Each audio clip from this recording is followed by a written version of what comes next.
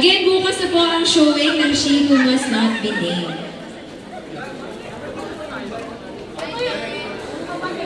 Empty! Empty siguro!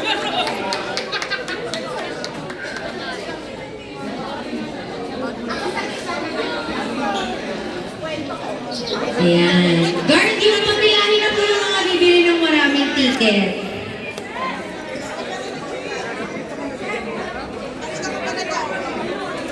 Para sa mga nakanood na, huwag na huwag yung sasabihin.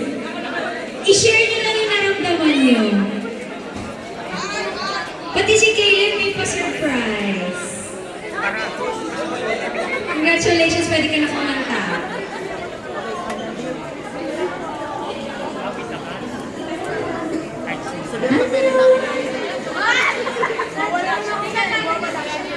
Ayan.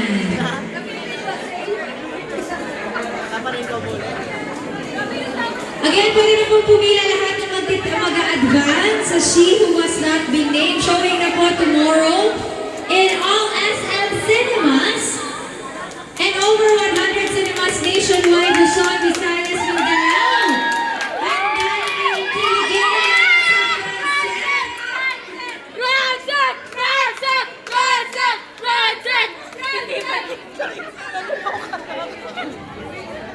bukas na po.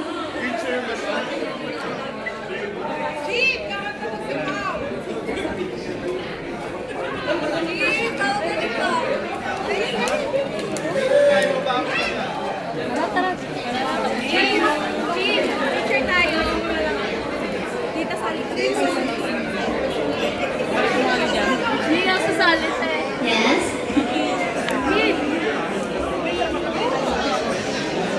Asa, ayan na! Ayan po, tingin ma!